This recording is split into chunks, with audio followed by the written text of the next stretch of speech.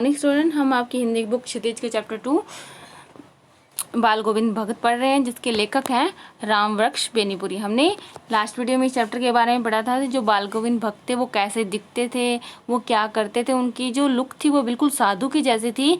लेकिन फिर भी लेखक ने बताया है कि साधु वो नहीं थे, उनकी गृहस्थ जीवन था।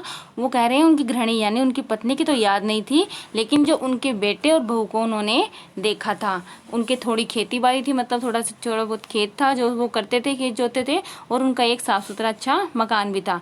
किंतु खेती बाड़ी करते, परिवार रखते भी बाल गोविंद भक्त साधु थे। साधु की सब परिभाषाओं में खरे उतरने वाले।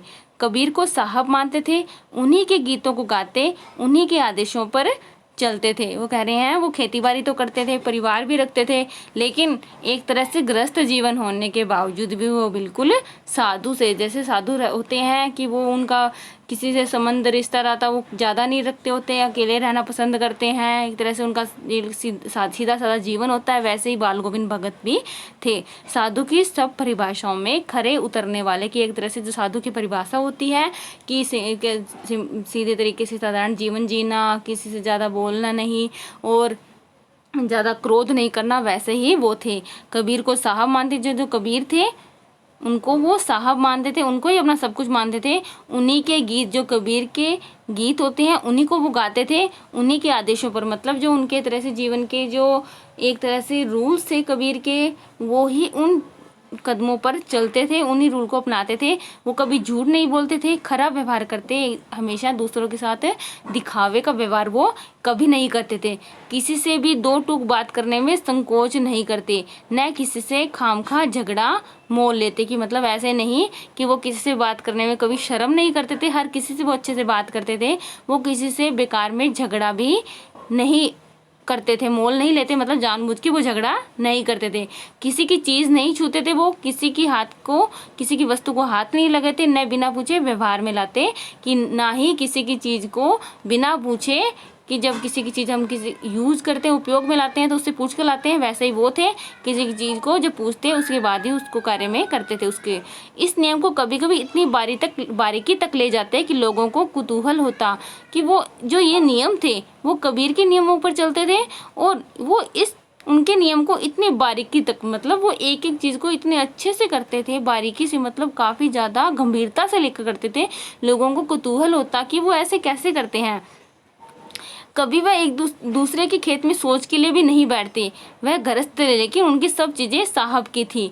जो कुछ खेत में पैदा होता सिर पर लाद कर पहले उसे साहब के दरबार में ले जाते, जो उनके घर से 4 कोस दूर पर था।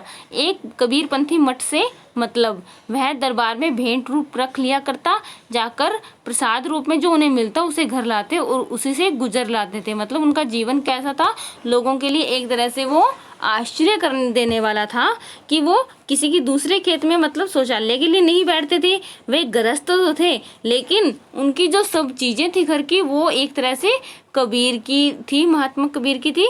उनके लिए ही वो सब कुछ करते थे, कि जो कुछ उनके जो खेत था उनमें जो कुछ भी पैदा होता पहले वो कबीर के साहब के दरबार में लेकर जाते, जो उनके घर से 4 कोस दूर था वहाँ पर उसको लेकर जाते थे। खेती बाड़ी का जो भी होती थी फसल, उसको कबीरपंथी मठ कहते थे।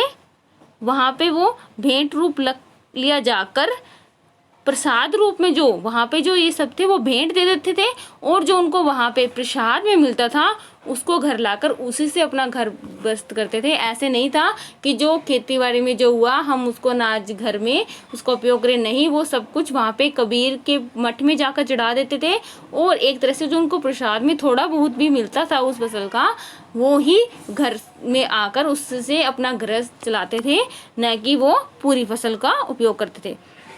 इन सब के ऊपर मैं तो मुक्त था उसके मधुर गान पर, जो सदा सर्वथा ही सुनने को मिलते। कबीर के वे सीधे साधे पद जो उनके कंठ से निकलकर सजीव हो उठते। लेखक कह रहे हैं कि इस सब के ऊपर जो उनकी सबसे अच्छी बात थी, मैं तो मुग्ध, मतलब मैं तो उन पे काफ़ी ज़्यादा मुग्ध था। बोलते हैं कि एक तरह से प्रसन्न था, मुझे पसंद थी। क्या थी? उनका मधुर गान, उनकी जो मीठा गाना था वह मुझे पसंद था और जो हमेशा ही मुझे सुनने को मिलता था। वे कबीर के सीधे जो पद थे, कबीर के पद हमें सुनने को काफ़ी मिलते हैं और वो कबीर के पद ही गाया करते थे और उनके कंठ से जब वो गाते थे तो वो जो कबीर के पद थे वो एक तरह से उनमें सजीवता आने वाली, जिंदा हो उठते थे, वो जीवित हो उठते थे, ऐसे उनके गाने से लगता था।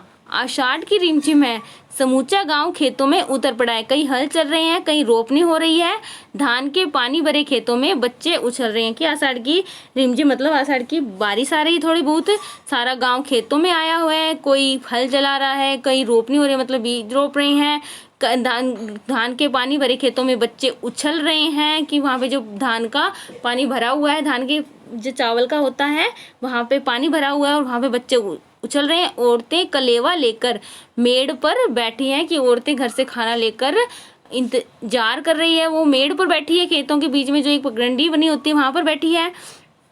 आसमान बादल से घिरा, धूप का नाम ही नहीं, ठंडी पुरवाई चल रही है। कि आसमान पूरा बादलों से घिरा हुआ है, धूप बिल्कुल भी नहीं है, ठंडी पुरवाई मतलब पूर्व की तरफ से आने वाली ठंडी हवाएं चल रही है। ऐसे ही समय आपके कानों में एक स्वर तरंग झंकार सी कर उठी। यह क्या है, यह कौन है, यह पूछना न पड़ेगा। कि जब ऐसा समय था तो आपके जब कानों में किसी की तरंग, किसी का गायन आपके कानों में झंकार सा उठने लगता है, बजने लगता है।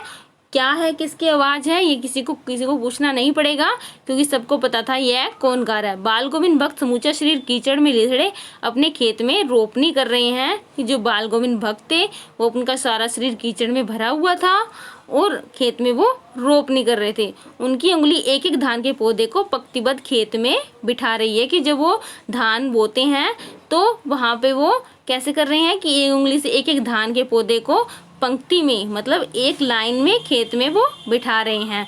उनकी उंगली, उनका कंठ एक एक शब्द को संगीत के जीने पर चढ़ाकर कुछ को ऊपर स्वर की ओर भेज रहा है और कुछ को इस पृथ्वी की मिट्टी पर खड़े लोगों के कानों की ओर। कि वो इतना अच्छा गायन कर रहे हैं कि जो ऊंचा स्वर है तो ऐसे लगता है वह स्वर की ओर भेज रहे हैं और जो कुछ नीचे के स्वर होते हैं वो ऐसे लगता है कि जो धरती पर मिट्टी में खड़े लोग हैं, जो खेत में काम कर रहे हैं, उनकी ओर जा रहे हैं। बच्चे खेलते हुए झूम उठते हैं, मेड़ पर खड़ी औरतों के होठ कांप उठते हैं, वे गुनगुनाने लगती हैं, हलवाओं के पैर ताल से उठने लगते हैं, रोपनी करने वालों की उंगलियां एक अजीब क्रम में चलने लगती है। बाल गोविंद भक्त का यह संगीत या जादू, यह संगीत का उनके जादू था। लेखक ने बताया है कि उनके संगीत में, उनके गायन में इतना जादू था कि सब झूम उठते थे, उन औरतों के होठ कांप उठते थे, वो इस तरह इतना अच्छा गाने लगते, वो भी उनके साथ गुनगुनाने लगती थी, वो उनके इतना अच्छा गाते थे वो। और जो हलवाओं के पैर थे वो ताल से उठने लगते थे, वो एक तरह से नाचने लगते थे। जो रोपनी करने वाले थे उनकी उंगलियां एक अजीब क्रम में मतलब चलने लगती थी, एक लगातार क्रम में, जिस तरह से गायन हो रहा है उसी क्रम में वो उनके रोपनी करने वाले की उंगलियां चलने लगती थी। तो यह कह सकते हैं जो बाल गोविंद भक्त थे उनके यह संगीत का ही जादू था, जो वो इतना अच्छा गाते थे और सबको मुग्ध करते थे। एक तरह से सब पर जादू उठता था उनके संगीत का। ऐसे थे बाल गोविंद भक्त और उनका संगीत।